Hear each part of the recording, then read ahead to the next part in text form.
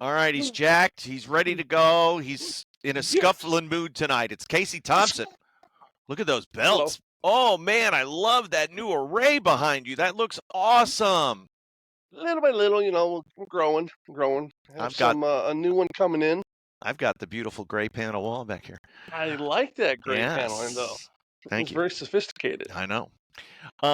Yeah, that looks sharp. And once it's all done, Case, we'll have to do like the tour of the man cave / studio because that'll be awesome. That's right. Everybody will love Absolutely. it. Hi, everybody. This is the In-Ring Wrestling Podcast. 24 hours late. I was tired. I ain't going to lie. Yeah, I got messages. I didn't see you guys. YouTube didn't notify us. I'm like, yeah, I know. Southern Joe but was. I see that you did put, yes. In Australia, they get upset when we're not on. But I said, we're on tonight. Yep. But I did see that you put on Twitter X or whatever it's called, a little tweet, new shift, a little tired. We'll be back tomorrow. Yeah. Oh, man. Just going from working nights to working days, basically, it's a 12-hour, change. Yeah.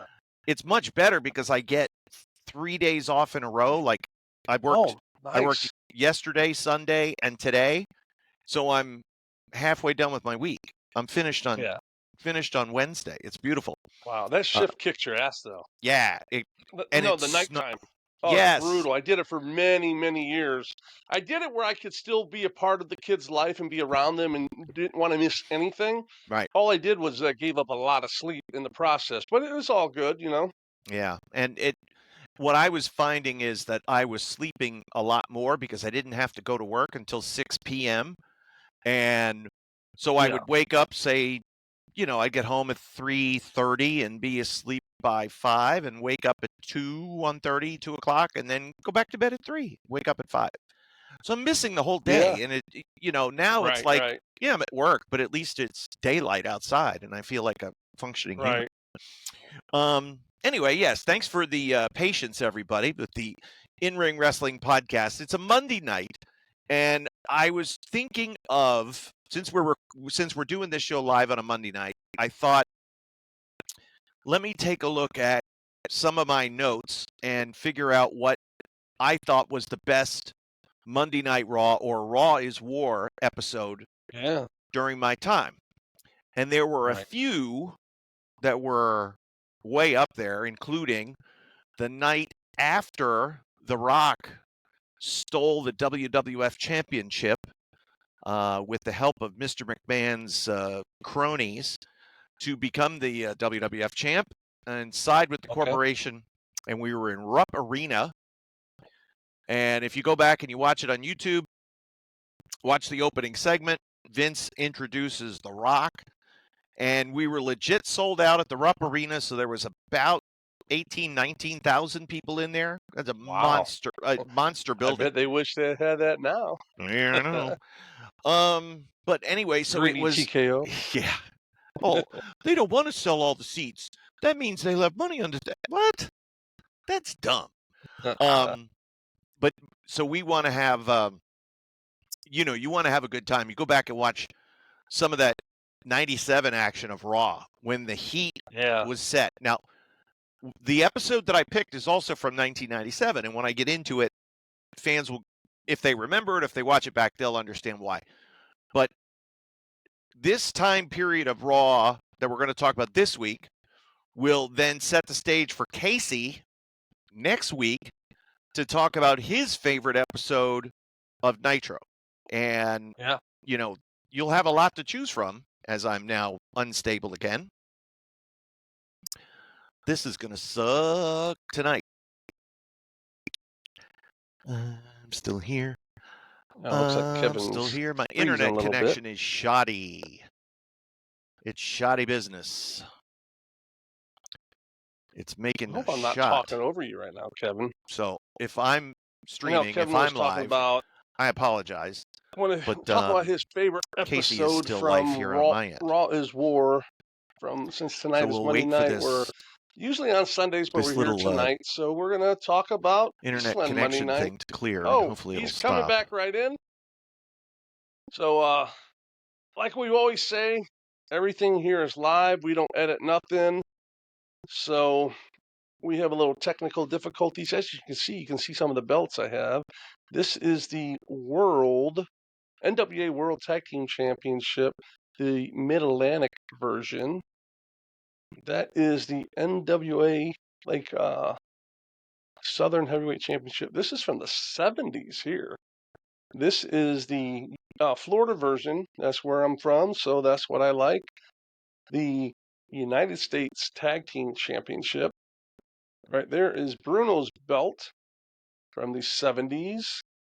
WWWF Tag Team Championship. That's a Hogan World Championship belt up there. That is the famous NWA TV title. That's what's known as the Lex US Championship. And another one I'm sitting behind is the National Tag Team title. So it's a new little hobby I have, collecting belts. A lot of the guys that have held these belts I have actually wrestled with. So that's actually it's pretty good. I get to sit back, think. It helps me bring my cognitive functions back in my brain, and it helps me where I'm able to remember things, where I can bring them and tell you guys about them when we're having story time, which we're about to have. Once I get the collection going a little bit more, we're gonna pick out one belt. Maybe once a month we'll have a little I don't know, story time. We want to come up with a little catchy name, belt time with Casey and Kevin, whatever.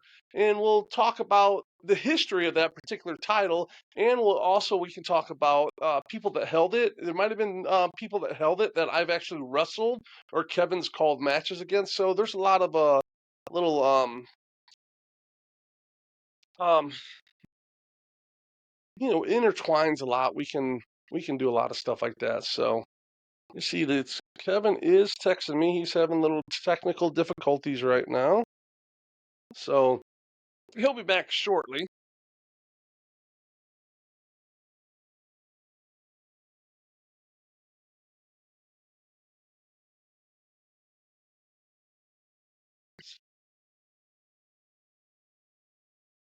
Usually the chat is going like crazy, but right now it seems like we're on Monday night and odd people not in. Kevin, yes, Southern Joe, he is frozen. You're absolutely right, he's frozen, but he's coming back. Here he comes. There he is, Kevin Kelly. Hurry up and wait, because I'm having internet issues tonight. I don't know why. Okay, yeah, this sucks doing it by yourself, though, man. I know, right? Okay, I had to do my first editing out. So we were looking back 1997 as a powerful time for the Monday Night Raw program. And this was at the time where there was a seismic shift within both Titan Towers and the TV studio. And this was after the lowest rated Raw that they had in history, which was in early February of 1997. And it was from Kuwait and something else, and it was boring and dull. And did you have to go on that trip? I did not. Oh, were you want to or no? I would have loved to have gone, but it was like it was kind of like a baby version of the Saudi deal now. This was it was bought shows. And they scaled it back. They did, scaled it way back, just brought the talent and recorded it and got 2 episodes or 4 episodes of TV out of it. But it was boring house show wrestling and no storylines and nothing really to grab you. Plus the guys weren't over and Austin wasn't established and it was just bleh. But now TV studio, they've all gotten involved. They're getting ready. They're rolling out the new Raw is War set, and everything is going to be cooking here in a little bit. On the road to WrestleMania 13, which was rotten and boring, but they had already set kind of the matches and the storylines, so this was finishing that before they could start the new stuff, leading to 14. Right. This was also a time where Vince Russo was starting to get more involved in the TV, in the creation, in the philosophy of it, because Vince was like, what are we going to do, pal? We can't keep going the way we're going because this shit sucks. He called all the forces together in the office, and, so Pat and Bruce and JR and everybody was there, and he's like, well, what are we going to do about it, pal? And Vince Russo had a copy of Raw magazine and said, this is what we need to be doing. We're shooting here on this, and we're just telling it like it is. And nobody else had any ideas. And so Vince McMahon said, all right, pal, let's see what you got. That was kind of how the Crash TV, the Attitude Era version of all of that, sort of how it all took place. So Russo was doing the magazine then, right? Yeah, he was the editor-in-chief. Did any of the people in the magazine department think that they're going to become TV writers now? Well, the only one that did was Bill Banks, who was a writer and, wrote feature articles for the magazines and for .com and things like that. And then he followed. Ed Ferrar, was he magazine or no? No, he was simply a TV writer. But Gotcha, Bill Banks left when Russo left and worked with him in WCW, and then I'm very positive he worked with him in TNA as well. Wow. And was with TNA for quite a long time. And so now all of the forces are rallying behind this new edgy TV show. And there was also something very important as well that had happened, and that was Shawn Michaels had lost his smile. And yeah, he dropped the belt and went home because he knew at WrestleMania the plan was for him and Bret, he was going to have to put Bret over. Again, WrestleMania 12, Iron Man match, Shawn over Bret in overtime. Next year at 13 in Chicago, Bret over Shawn. Well, so Bret did business with him, and then Shawn didn't want to? No, exactly. Wow. See, that's really left out of the story. That's really left out of the Montreal Screwjob. They don't tell that kind of stuff that Shawn's been a dick for years. Not just about the Sunny stuff and everything else. Just all in all, he's just he always was a piece of shit. He was. Now he found God, and yeah, he was. I know. To tell you, he even says it. Yes, that's what I mean. But, he says it. It's hard to look at someone now and say, "Oh, you're okay now." Right. It's just, Jesus saves. I'm sorry, I was a jerk. No, I mean he was. I didn't mean to shit in your bag either. I think that is a guilt and something that Shawn Michaels carries with him all the time. Because you think so? Yeah, I do. I really do.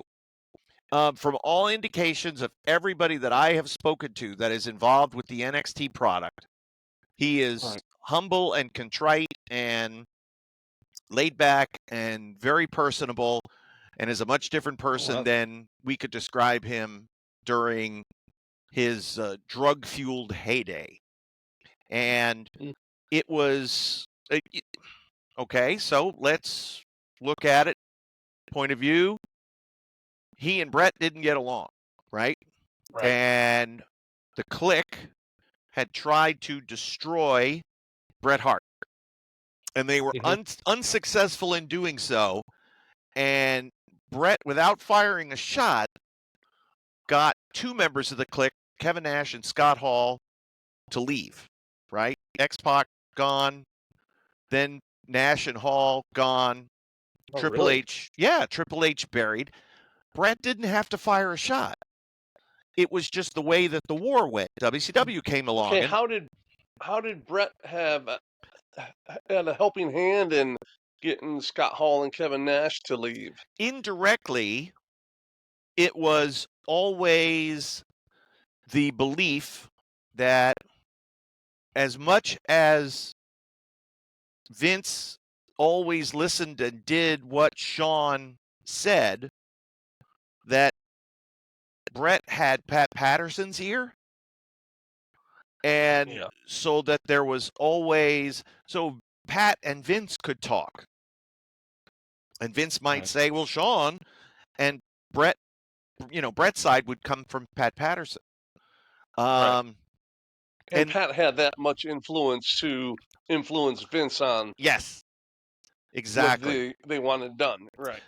For anybody who says Vince didn't know X, Y, and Z, he didn't know Nash and Hall were leaving. He didn't know any of this. Yes, he did. He did. Because, Casey, you know this. The boys can't keep a secret. Yeah, that's true. Somebody's going to tell somebody who's going to get the word leaked back to the office. Right. Yeah. So I think they let it happen, just like they let Bret leave. This was a time where Vince could not afford to re-sign Nash and Hall for the money that they had been making, which was overpaying them in the economic sense because WWF was losing money. Everybody else had to take a pay cut, and the highest paid guys on the show in that ballpark were due a raise because their contract was up. Oh, yeah. So how can you give a raise if the product's not up, Exactly. Well, the way they got him a raise was by shipping him off to WCW, who's going to pay him exponentially more. A lot more. Yeah.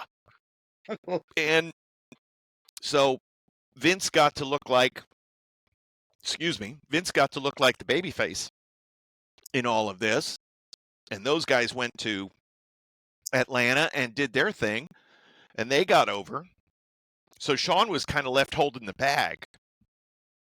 And all of that turmoil in his life, plus all the pressure of being the undersized world champion for WWF, and it's a lot of pressure. And he's still a young man at this point, and he's made a lot of mistakes, and he knows that his body is starting to go because he can feel it. He knows it. Neck is screwed, back is screwed, knee is screwed.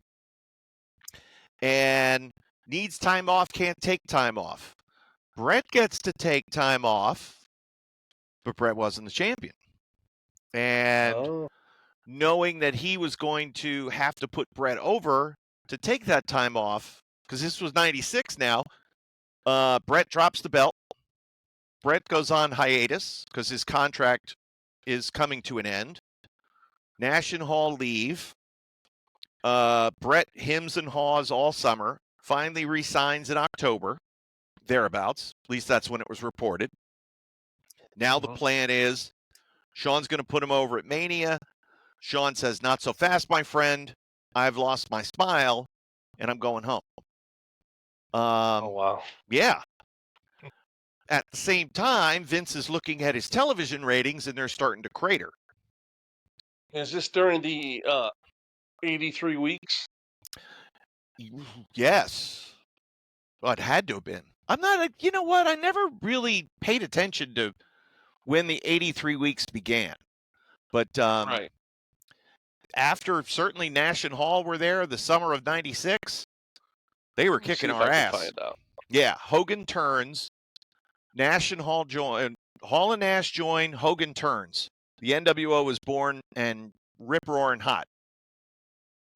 So, yeah, they were kicking WWF's ass big time in terms of buzz, in terms of feel, in terms of fandom, people being excited. You were never sure. Casey, you still there? You're moving. Okay, good. Yes. No, I'm actually trying to find out the 83 weeks. You were sitting still, right? You were sitting still using your phone, and I was like, wait a minute, are we buffering again? Anyway, so this is in all that time where now The complete ship of the WWF is taking on water. But Vince starts to get some help. Okay, it started in the 83 weeks, began in the beginning of June of 1996. Mm-hmm. So this is during the middle of it when WCW, when I was romping down on Vince's ass. Yep. I remember all those times. Well, yes. you were there during, frequently there during the hottest period of time, and that is the same time where I started with WWF in June of '96. Wow. June of '96 was when Stone Cold Steve Austin wins the King of the Ring and says Austin 316 says I just whipped your ass. Right. So you started and they went to the shitter. Well, we were already there. I was just reading it. These are just the facts, Kevin. Yes. But I also take credit for the entire Attitude Era, so there you go. But it takes a while. Well, of course. It takes a while. Without those, dynamic interviews, right? Getting The Rock over and Stone Cold. Sure. Where's The Rock without Kevin Kelly, right? It's a fair question. Come on. I mean, let's be honest. When you could do a cameo in one of his movies. Brother, I'm still waiting for the phone to ring. I sit by the phone all the time. I check to make sure there's a dial tone. Come on, Dewey. I know, right? Of all people. So all of these forces now are, and WWF's down, down, down. But this is where the TV studio really starts to show their value. And it's people that you would never know, they're never talked about, but they went to bat, fighting side by side with Vince. And this was Kevin Dunn and all of his people, okay? Kevin Dunn takes boatloads of crap from me, from others, from anybody that ever worked with him. But standing by Vince and allowing his young creative forces to come up with ideas and looks, feel for the show and what it should be, David Sahadi, Chris Chambers, Adam Panucci, all of these minds collectively coming up with and convincing Vince McMahon, this is what we need to do. This is the way we need to go. Yes, it's going to be a sizable increase. Let's talk to USA. Let's get some money involved in this because we've got to really increase the look and production value of the show. Oh, boy. It was... had the old ring where barricades and said a banner Monday Night Raw. Yeah. Remember the RAW letters, small venues from the Manhattan Center and then up to Poughkeepsie and then Bushkill and every little burg and upstate New York that they could drive to. It was, but now we need to get back to big arenas. We need to get to a big look because we're competing against Nitro, who's in big arenas every week. And USA Network always had Vince's back. I've said this before on this show. USA all the time. If Vince was not on the show for a few weeks, they would say, we need Vince. Okay. Oh, wow. He was their number one draw. He was the one that Bonnie Hammer, I think. Yes, Bonnie Hammer was the USA Network executive, the main contact for Raw. We always heard her name. I'm sure I met her at some point, and was the inside champion for Vince McMahon and the WWF with the USA Network. So now Vince has the network behind him. He's got some more money in for production. We're going to start going to bigger arenas. We need, we're going to have to dress the sets up a little bit. We're going to have to move some stuff around, but that's okay because now we got the big arena. We can hang the lights. We can do the stage. But we got Mania coming up, and Shawn has lost his smile. And this is where Vince Russo steps in with some crazy ideas. Just because you got to put the belt on Shawn, or just because you got to put the belt on Bret, now, Vince, because of WrestleMania, doesn't mean he has to hold the title all the way until WrestleMania. Which leads us to February 16th, 1997, the In Your House pay-per-view where they had the four-way elimination match to crown the new champion after Shawn gave up the belt and Bret Hart wins. That was in Chattanooga, Tennessee, UTC Arena, the Roundhouse, pretty cool building. And then we go to Nashville the next night. Now, you would historically think, well, we're going to do Raw after the pay-per-view. The pay-per-view would probably be in Nashville, and the TV would be at the smaller building. But this was different now. Pay-per-views at the time were still live events, okay? Right. So they had the live event feel, the live event budget. And the TV, because it had more money from USA, was ponying up for this. So they needed to go to the Bridgestone Arena, the Nashville Arena, whatever it's called. So we're in Nashville for Raw. Yeah. And that sets the stage now for a match between Bret and Sid, the main event, and that was how they started the night, with the announcement that Bret versus Sid was going to be the main event for the WWF Championship. Bret and Sid were the last two the night before, and there was some, controversy or whatever. So Monsoon starts off, right? We're going to start with the title match. Mm-hmm. They intro Sid, and out comes Steve Austin. And chaos breaks loose. Steve was also in that four-way the night before and felt he had gotten screwed. I get goosebumps just thinking about it, Casey, because this was the night that I really believe we started to come back, right? We had gotten off the deck because, man, all summer of 96, I'm watching and I'm reporting, I'm talking to Vince, and I'm like, they're kicking our ass right now. And they're hot. That product was so red hot. This was really where I felt like we started to turn things around. And it was Stone Cold Steve Austin doing what he did best, which was not follow the rules, create havoc, controversy, do whatever he wanted to do. And the start of the show, the title match, the pomp, the circumstance, here we go. Remember, Vince is on commentary. So, Austin out, involved. We go to break, right? He's fucked up the title match. What are we going to do? They continue on with the rest of the show. And there's, undercard matches, but, all the stars were there. Owen and Davey were the tag champs at the time. The Nation of Domination was starting to get some steam and starting to get over a little bit. This is before when Monday Night Raw was really going hot. It seems like, and I think you said before, Vince Russo had a lot to do with this. Yes. Everyone on the card seemed like they were a main event match. Yes. And this was right before that all happened, right? This was the start of it. This was where we're wrapping up WrestleMania 13 build, which was kind of blah, and starting to move towards 14, which was all Vince knew at this point was we're going to put the belt on Austin. Again, the plan was Shawn, Bret at 12. Shawn's up.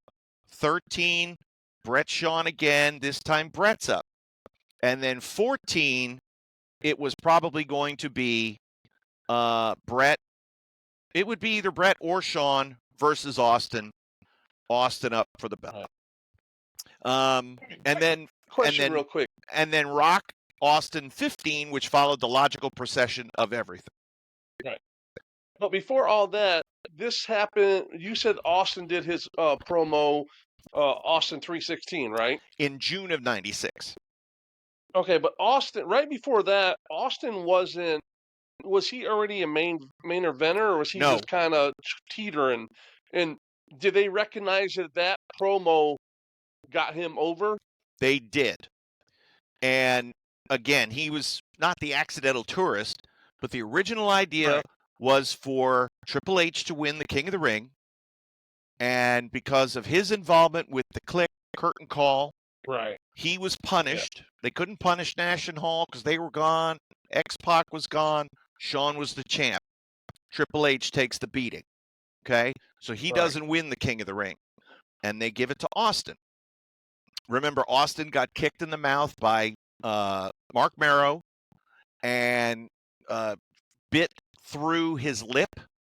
The story that they came up with on the fly, which was beautiful, was that Steve Austin had to go to a medical facility to get stitches in his lip. I think they said 18 stitches or something like that to close the wound in his lip. Well, he had a puncture wound through his lip, and it was bleeding, and it was ugly, but he didn't have to have stitches that night. Or maybe he did, but he never left the building, right? They just did the stitches there or whatever. I wasn't with the company. I was in the plane, actually. I was in the air flying to Green Bay. Then, so June, Austin, summer, blah. Bret's gone. Shawn has nobody to work with. And, SummerSlam, Vader, Shawn, nobody liked that. High spot with Ron Simmons kicking Ahmed Johnson in the kidney and launching the organ into bits. And, it was Owen and Davey and doing their thing. Mankind on the, starting to grow. Undertaker kind of there, but kind of not there. Sid comes in. Oh, because Warrior, by the way, Warrior was there. June. And then was gone August of 96. Wow. Now here comes Sid. They rehire Sid as the Warrior replacement. And business starts to go up. They put the belt on Sid, and then Shawn gets it back. Then Shawn gives it up. Lost a smile. He goes home. Now people want to see. So there's a camp. Some people want to see Bret win again. He's re-signed with the company, and this is time for him to take his rightful place. People liked Psycho Sid as champ. They thought he was cool. We wanted to see that. We knew that Stone Cold Steve Austin was there, and he's a wild man, and everybody was digging him and what he was doing, and Vader was the fourth out of 4, and Vader was Vader. So it looks like we settled things. There's controversy at the pay-per-view. Bret's the champ. Psycho Sid's got a legit claim. Rematch for the title the next night on Raw. And Steve Austin is immediately wreaking havoc, interfering on both Bret and Sid before they could get into the ring to start this match. We have to throw the deal out. We'll figure out if we can do this match later on. We don't know. In the meantime, we've got all these standby matches. Let's do them now. And it's, Owen and Davey and the Nation and all kinds of stuff. It was just, it was a good moving program. But the thread of the show, what was going to happen with the WWF Championship match that had been promised that Stone Cold Steve Austin was ruining. Okay, there's a common theme. You ruined it, Austin. You ruined it. And he said that again, Vince did, on the night that Mankind won the title, which was also a great episode of Raw. And we could talk about that at a later time. But this was, I felt, the beginning of Raw making a comeback. And so then we get to the main event, and it looks like Austin is going to win, or rather, it looks like Bret is going to win. And once again, here comes Steve Austin. He interferes. And he wanted to beat Sid. He wanted Sid to, I don't know. And instead, he hit Bret with the chair. Okay. Then Sid powerbomb on Bret. 1, 2, 3. And Psycho Sid has just regained the WWF Championship. Now a 2-time champ. Oh, wow. People forget that happened. That sets up, because The Undertaker comes out, and that sets up Sid versus The Undertaker at 13. Okay? Yeah. Now, once we knew we couldn't get Bret Shawn, what we needed to do was to have Taker win so that Taker versus Bret could main event SummerSlam. Okay? Right. We put the title back on Bret, and then we go to Bret Austin in once Shawn lost his smile and went home, the whole deal with who was going to follow whom in terms of progression was pretty much set in stone. Bret was only going to work with Stone Cold Steve Austin. And The Undertaker, of course, and Sid, and no problem with those guys. Was not going to do business with Shawn Michaels, and Shawn wasn't going to do business with him. Wow. Shawn was an island unto himself with Triple H, and everybody else was kind of loosely aligned, right, if you will. Bret was very much an individual. Steve Austin, very much an individual, and this is both on camera and behind the scenes. And Sid was one of the boys and got along with everybody. Okay? Right. So then this is the moment that everybody disconnects from history, I think. And this is where Bret loses his mind and flips out. Now, as I said earlier, Vince was on commentary. Okay? Raw's wore jacket and everything. And this is where, on live TV, Bret Hart says, "This is bullshit." And gets up in Vince's face, and Vince stands up like he's ready to fight. And that was where the seeds of everything were born. Yep. This started Bret's turn, his heel turn, which was, he was a huge babyface in Canada and a big heel in the United States. Right. This also was the seed for Mr. McMahon. Okay? Because this was the first time that we ever saw Mr. McMahon. Right. And it was in this same time frame when we go back to Madison Square Garden, which was history in and of itself because it was Raw at MSG. And that was where Steve gave Vince the deal. And now, and gets, arrested or whatever. And now this is where Mr. McMahon really starts to come up. And then when Austin wins the title the next March from Shawn Michaels, well, now Mr. McMahon is ready to go. He was already pissed at Bret, and Bret's gone. Bret spit in his face, blacked his eye. And all I am is, I'm just a small business owner trying to stand up against an evil billionaire, Ted Turner, Yeah. But again, using the corporate forces of outnumbering and bullying and intimidation to get what he wants, which what he wanted was the best for the product. We don't talk about, in history, we don't talk about this enough, but it was that dynamic that made that Mr. McMahon character believable and gave him, and as we always talk about, a heel just needs justification, Casey. A heel's a babyface. He's just misunderstood by all you idiots. So that, to me, that was the best Raw that, when I think about it, it was the most important Raw. It was wild and edgy and crazy and unpredictable, and we didn't know what was going to happen. And yet, it hadn't gone too far down in the gutter. Some of the stuff, as Russo started to play his cards, got more and more, Crash TV. Yeah, a little Crash TV. Jerry Springer wrestling. Right, it was Jerry Springer, Howard Stern on Monday nights. And people loved it. audience for it, Yeah. it wasn't me. And it wasn't Jim Cornette. Here at this time, Cornette still had a lot of sway on, at least the wrestling side of it. And if you want to gimmick up the world title and you want to hot shot the belt, okay. Right. Because that was also talked about, Casey.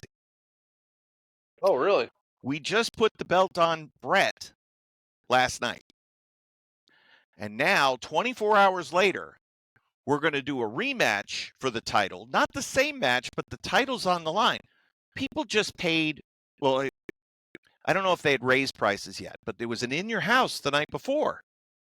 Mm-hmm. People paid money to see the title and saw the title switch. So now you're going to give them a title match on free TV the next night?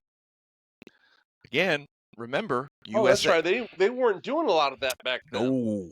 No. Yeah, it was all because even when they showed it on TV, they showed pictures of it. You remember? Because they wanted to sell the replay. Right. Remember, the pay-per-view replay was a consistent revenue stream, because if people didn't watch it live, if the results were good, and again, this is pre-internet, so it was word of mouth. Right. We couldn't stream the whole thing 10 seconds as the show is going on. Somebody also has pirated streams. There was some of that with pay-per-view, but it wasn't like it is now. So if the show had buzz and if people were talking about it, you could sell replay. We sold replay all through the weekend. We sold replay all throughout Monday night. We had and that was the big thing. But as I said in the beginning, now you've got USA, and now you've got the young, hungry TV people, along with Vince Russo, who are taking with Vince going, yeah, I think so. I like this idea. USA paying more for production, and these younger guys and these different minds, not Pat, not Bruce, not JR, not Cornette, they're saying, fuck the old rules. Let's do it this way. Why can't we do a title match the next night? Because of what? It's a totally different match. Yes, the championship is on the line, but it's a totally different match. And in the span of 24 hours, you get to see two different people win the title. And that was where they needed. They did. Yeah, they broke away from the tradition of how wrestling was traditionally displayed and everything. Right. And it's pretty, when you really peel away the layers, you get down to, there's a lot of stuff behind it all. It's really interesting. Yes. And these are the things that, of course, they were not public figures. And we didn't talk about the people at the TV studio, but they were the creative minds who came up with all the pay-per-view, Sahadi and Chris Chambers and Panucci and all these guys with Kevin Dunn's lead. They were the ones that were putting all of this really cool stuff into motion and were pushing the envelope, push, go, do different things. Technology is improving, and we're starting to get a little faster and be able to do things better, making things. But it was still tape to tape, and it was still, hard work to get these things turned around. Fascinating time. So the old guard versus the new guard.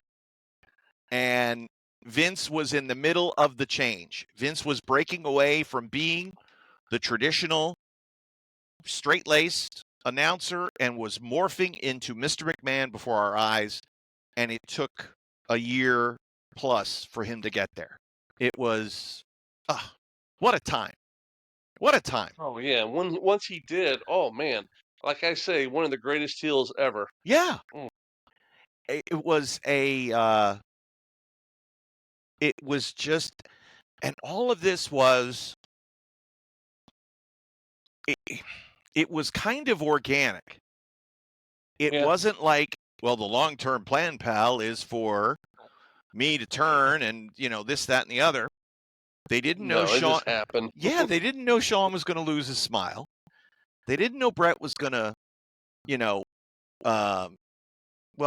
Vince knew Bret was going to leave at some point, but then at that time in 1997, he was hoping that he could keep Bret in the fold. And then as we got along and knowing what kind of money Bret would command, and if I lob that $9 million grenade into the WCW locker room, it's going to cause a whole lot of chaos and consternation, which it did. We don't need Bret anymore because he's already gotten Steve Austin over. We have The Rock, and we're ready to move on. So, and those guys actually were so much bigger than Bret ever was, though. Right. In the end, when you look back at it, Bret was down here, and Austin and The Rock were way, way above him. Right. And the old guard, because Pat was part of that old guard, the old guard would say, yeah, Steve is great and The Rock is great, but you need to have Bret in there. You need to have Bret to make a match. You need to have Bret be the wrestler in the match because as great as Dwayne is, he's not Bret Hart. And Steve Austin is great in his own regard, and he has great chemistry with Bret, but he needs somebody to work with. So that would be Bret Hart because it's not going to be Sid. It's not going to be The Undertaker. It's not going to be Vader. It's not going to be Owen. And it's not going to be Davey Boy Smith. So they needed Bret until they didn't need Bret anymore. Because now... So it became too expensive. He did. But why do we need him at that point? Because now we've got Rock. They didn't. Now we've got Rock. Now we've got Ken Shamrock by the end of 97. Mm-hmm. And we can mix and match with that. And we're okay. We'll be fine. And that'll get us through first half, 97. And again, he had that series of matches. He wins the belt from Shawn at Mania. Steve Austin does. Then he defends against, and I might be going out of order, but Ron Simmons, Mankind, The Undertaker, and, then we did Hell in the Cell, Kane, and Austin with Mick and Taker underneath. And you had, again, Mick Foley as the growing, burgeoning superstar that he was to come. And it took Mankind a long time to earn Vince's trust and really start to think of him as part of the family. And it was around this time that I remember, and I can't remember if it was the pay-per-view the night before, but I distinctly remember because I was standing right next to Mick. As he thanks Mick for whatever he did, he says, "You're part of the family now, pal." Oh, and yeah. Now, of course, family being what it is with Vince McMahon, that doesn't always last so well because then after busting his ass and should have been in the main event in 15, he goes with Austin Rock again instead of it being Austin Mankind Rock three-way, which is what it should have been because he did all the business with the halftime heat, yada, yada, yada. And while Steve was off with his neck, Rock and Mankind carried the ball. And family. You're still family, pal, but you're going to sit this one out. You're going to get choke slammed on a chair by the Big Show. Yeah. And that's your WrestleMania. There's your WrestleMania moment, pal. Okay, thoughts? Anything that you can remember from that period in time? How closely were you following what Raw was doing, or were you just riding high with the cocaine cowboys down there in Atlanta, enjoying life? 83 weeks. Oh, hell yeah. No, I only thing that I followed was when they had the monitor going in the back and they had Raw playing on one of the TVs or something. Mm-hmm. I mean, not a whole lot. I watched a lot of it after the fact and stuff like that. Some of the takeaways I get from it is I find it very hard to believe that Sid is not in the Hall of Fame. He's not? No. You know who is, though? Who? Michelle McCool. Oh, yeah. No Sid. Two-time world champion. Like, when you just saying they weren't doing world title matches all the time. Yep. And he's not in the Hall of Fame. And how about this? It's just... Right? So we know Bret Bret's a gamer and a tough wrestler. But a man the size of Sid main eventing the pay-per-view one night and then coming back the next night with 2 or 3 stops and starts to the match and going in there and having a very good match against Bret Hart as the main event and winning and then doing business with Taker for the stare down as the show went off the air. A guy that size. Wow. And he's not in the Hall of Fame. Well, maybe if he was married to Taker. Oh, sorry. So Mark Calloway McCool, does he have the hyphen? Does he carry her name? Like, you know what? He should. He should. He's not going to do anything to us, so I know, but you can have fun. Like with Maria Kanellis and Mike Bennett, they had Mike Bennett because it was like, oh, she wears the pants of the family, so they had Mike Bennett Kanellis, and then just went with Mike Kanellis. Is their podcast still on? I haven't seen any news about it. I think it is. I don't think they're doing nothing like they did before, but they took the whole approach. You know what? If you don't like it, don't watch something else. Yeah. Because they're making big money from WWE for doing it, so sure. They don't care. No. And what about? What about of course, now the controversy of the week? A couple of weeks ago, just to show you how the news cycle goes. A couple of weeks ago here on this show, we were talking about my friend Sarah Stock, and Casey, you would love her. She would be your friend too. Well, she did like the comment. Yes. On Twitter, the short.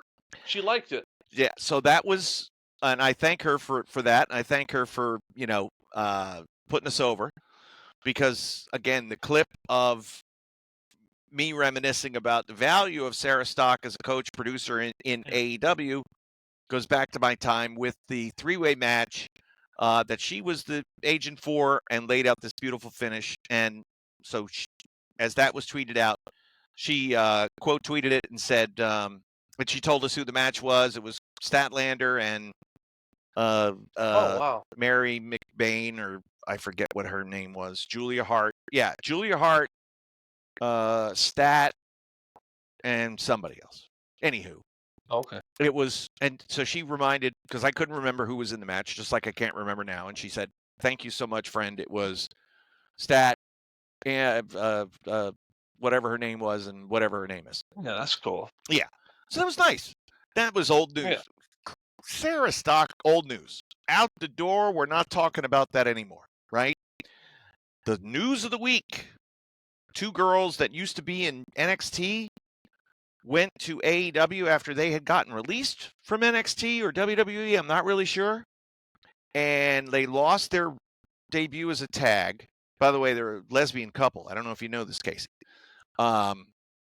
They lost their debut as a tag team, and then came back for the next week, and we're going to lose to another babyface team, or the same team. Excuse me, I have hiccups. But it was only going to take them 3 minutes to lose. Right. And they said no. And they went to the bar.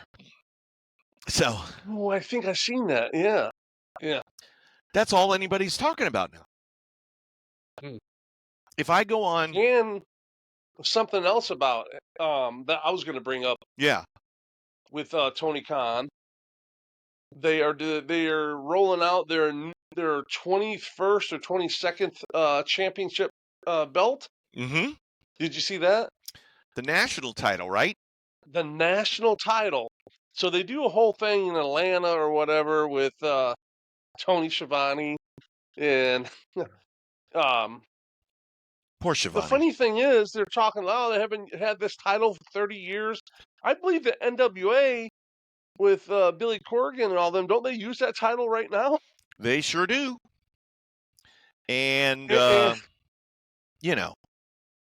it's just, it is, and bizarre. They don't even feel, and again, nobody feels bad for the NWA because, they had one of their titles stolen or whatever, but it's another belt in a company that has way too many belts with a bunch of champions that aren't over. And it's just like everybody goes, seriously, dude? Yeah. We were interested about 6 or 7 belts ago. And now it's just gotten ridiculous. But yeah. And did you see the glasses Tony Khan was wearing? Yeah. Whoa, they're like hipster, baby. Wow. On that Bolivian marching powder. Yeah. AEW is touring Peru. He was down in Peru with Hack Myers and Dave Meek, chewing on the beetle nut. No, Dave Johnson. Or Dave Johnson. Don't want to confuse the Daves, but even though they're, one and the same. Yeah. Dave Johnson. He would have been right there with them, though. God rest their soul, both of them. Yeah. That Peruvian beetle nut they were chewing on. So that was that news with the girls, and they were fighting each other or fighting the other ones and not getting enough time and leaving. And then of course Okada, which New Japan News makes news. Hiroshi Tanahashi's getting ready to wrestle his last match of his career on January 4th, 2026 at the Tokyo Dome at Wrestle Kingdom. And there was a lot of question as to who his last opponent was going to be. And it was really down in fans' minds to 2 people, which were, forever linked to Tanahashi and his career. And that was Shinsuke Nakamura and Kazuchika Okada. So, of course, Nakamura is under contract to WWE and might be a little difficult to get. But the relationship with Okada, with AEW, you would think would be, well, it's just turnkey. It's just Okada. But Okada quit New Japan because he hates the owner, Kidani. And there were a lot of people that said Okada will never go back under any circumstances. But he'll go back for Tanahashi, and he is. So Okada is going back. Now, I want to get your take on this. I have mixed feelings. So what they're doing, Okada has the Tanahashi match. But coming up in AEW, he also has the big match with Takeshita.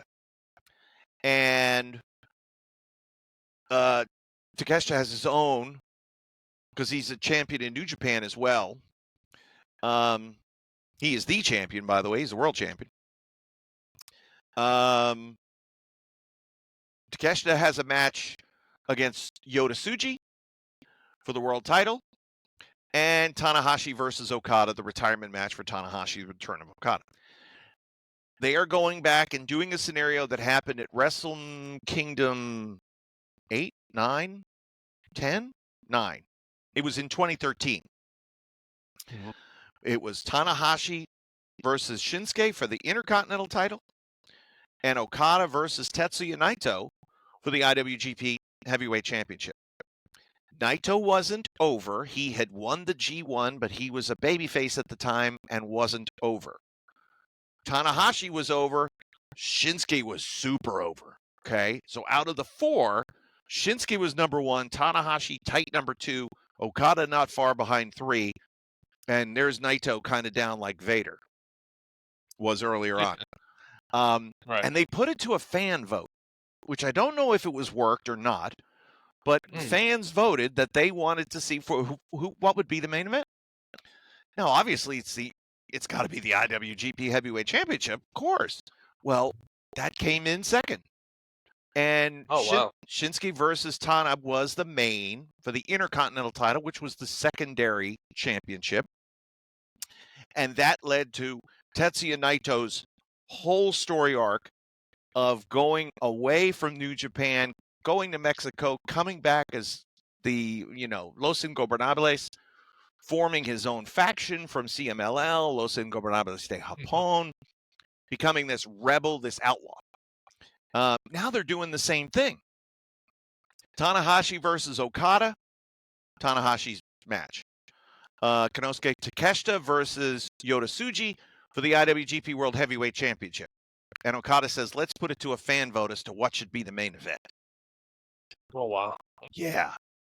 Because, but this has a lot to do with AEW as well, because Okada and Takeshita, they have an upcoming big battle in AEW, and it's a way in storyline for Okada to keep his thumb down on Takeshita, which is the way they've been playing it the whole time. Okada is going to be big heel. He's not coming out as a Rainmaker. He's going to come out with his AEW theme. He said all this at the press conference the other day. Wow. He's going to show the fans of New Japan that the wrestler Okada has become in AEW is better and is good enough to beat Tanahashi. So, wow. Yeah, it's neat. It's a neat dynamic. Playing off of an old story that goes way back involving Tetsuya Naito. Oh, and by the way, while Okada was in Japan, he and Tetsuya Naito, Naito has also left New Japan, they were out eating food, took a picture, posted it on social media. Internet goes wild, like, he's coming back. Naito's coming back. Okada's back. Naito's back. Everybody's back. Everybody gets a belt in AEW, and everybody's coming back to New Japan. Wow. So there's my New Japan summarization.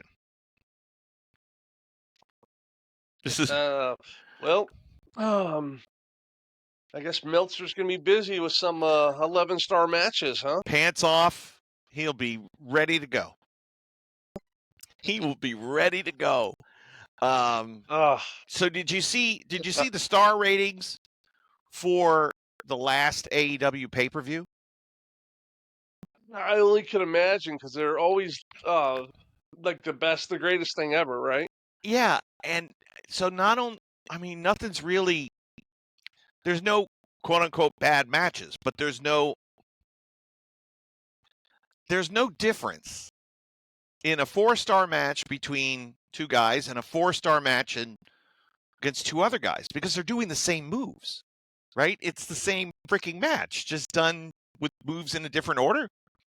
But Meltzer's grading scale is off the charts now. Everybody gets an A at the Professor Meltzer class.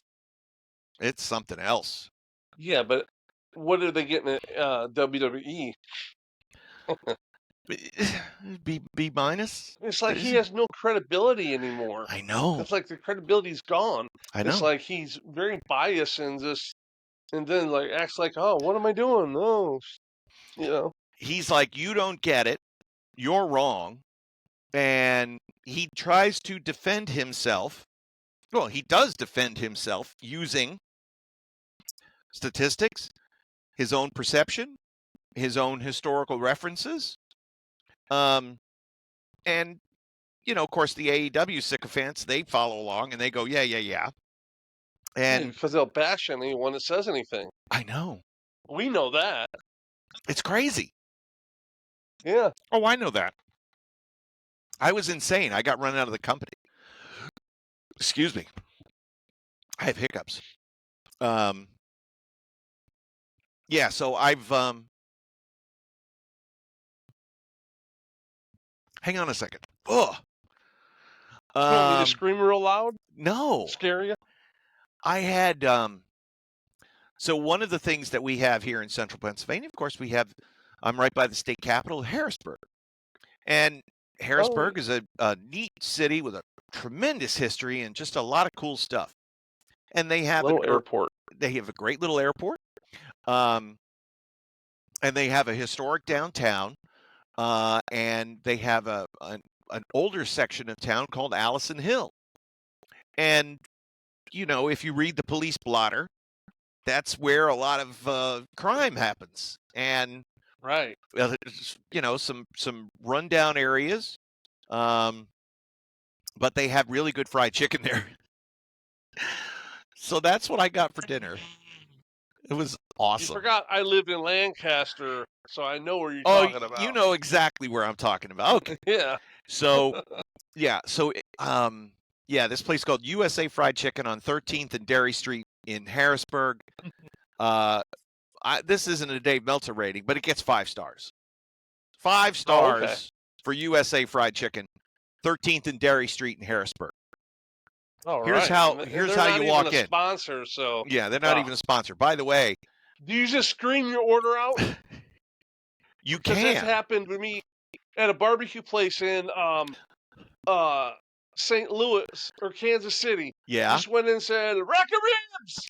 You just, whoever was the loudest got the food first. Oh, my gosh, that's so funny. It was the craziest thing ever. I was like, whoa. I don't know how well the sound travels because they have about, inch-thick bulletproof glass in front of the counter here at USA Fried Chicken. You can only pay cash, and the way you pay and get your food, there's an opening in the plexiglass, in the bulletproof glass, and you have to put your hand in it, and then it goes this way. And you hand the guy the money. And then he puts the bag of food here and pushes it. So you get it this way. Damn, that's good fried chicken. They have, and by the way, it was $16. $16 for 2 3-piece combos with fries and a soda. That's not bad. No, not bad at all. And I've got 2 pieces of chicken left and fries for lunch tomorrow. I'm excited. Very excited. You might be able to get a little crack on the parking lot on the way home for dessert. Could have. There was a nice young lady who came up to me. I thought she was a fan. Of the In-Ring Wrestling podcast.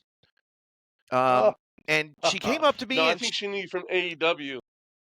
She did know me from AEW because she came up to me and said, "Hey, you got any change?"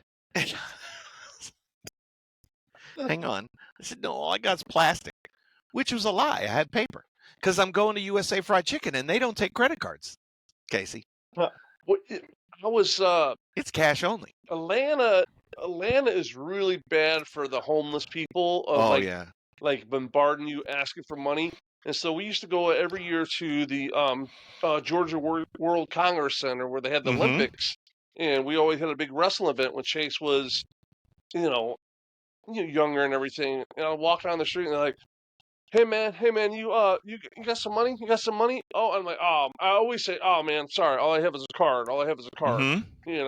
So finally Chase like, yeah, that's really smart, Dad. You don't have to be rude or yell at them. You just say, oh, sorry. He says, what are you gonna do when they pull out a cube? Oh, here you go, just swipe it. I got Square on my phone. Yell at them. Yeah. Yeah. You can cash at me. You can cash at me all day long. All right, Casey. I need to wrap this up because it's 9:15. I got to go to bed. But next week, it's cold down here. I'm freezing. I've been shaking, shivering the whole show. So all summer long. You know what? I didn't put one on.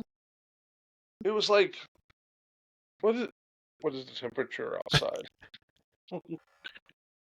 It is 47 degrees. What? Yeah, and my window's open. That's why I've been moving around so much. Is I'm not doing drugs. I'm freezing. He's tweaking. No, he's not tweaking. I know. I've been like, man, I'm moving an awful lot tonight. And I'm like, oh, it's kind of cold. I have goosebumps and everything. Yeah, it's something else. So anyway, I need to put this episode to bed so I can go to bed. Next week, Casey, uncover the greatest Nitro episode. Ooh. Okay? That'd be in my opinion on what the greatest is. Do your research. Yes. All right. So that's it, my boy. I'm struggling right now. Alrighty. Okay. We'll go to bed and we'll be back next Sunday with the all-new edition. Kevin's gonna have to take a nap Sunday afternoon. Yeah. Where he can stay up for the show that night. For an all-new edition of the In-Ring Wrestling Podcast for Casey Thompson. I'm Kevin Kelly. I was actually taking a nap. Hey. I was actually taking a nap when you texted me on Sunday. All right, so that'll do it. Yeah. And we'll see you next week for the In-Ring Wrestling Podcast.